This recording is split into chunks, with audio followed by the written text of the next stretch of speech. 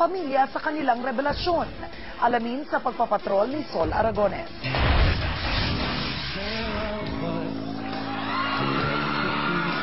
Una nating napanood sa Wawawi sina Red at Wilmer. Ang dalawang gay na sa unang pagkakataon ay inihayag sa publiko ang kanilang pagmamahalan.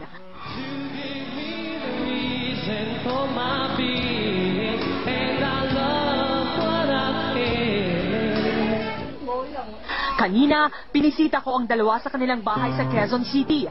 Kwento nila, nagkakilala raw sila sa internet. Nakita sila hanggang naging magkaibigan. Nang dumaan sa pagsubok si Red, si Wilmer ang kanyang karamay. Tinulungan raw siya ni Wilmer na iayos muli ang kanyang buhay.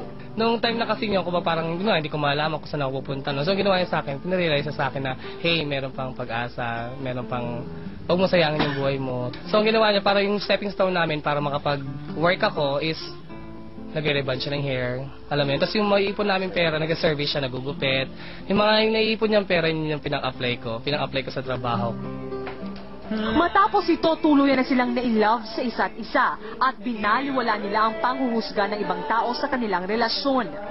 Kahit sino magsasabi na abnormal pag when it comes to this kind of relationship, di ba? Parang, for me naman kasi, it's only abnormal per se, di ba?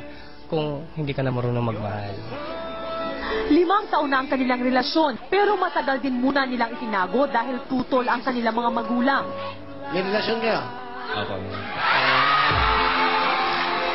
Pero nang mabunyag daw sa Wawawi ang kanilang pagmamahalan, natanggap na rin daw sila ng kanilang pamilya.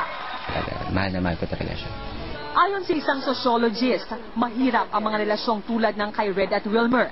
Pero mahalagang maipaalam at maipaunawa ito sa kanilang mga mahal sa buhay. Eventually, matatanggap naman siguro sila ng pamilya nila.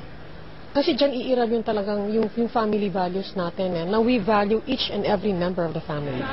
Ngayong wala nang itinatago, mas matibay daw ang kanilang pagmamahalan, lalo't wala nang hadlang sa kanilang relasyon.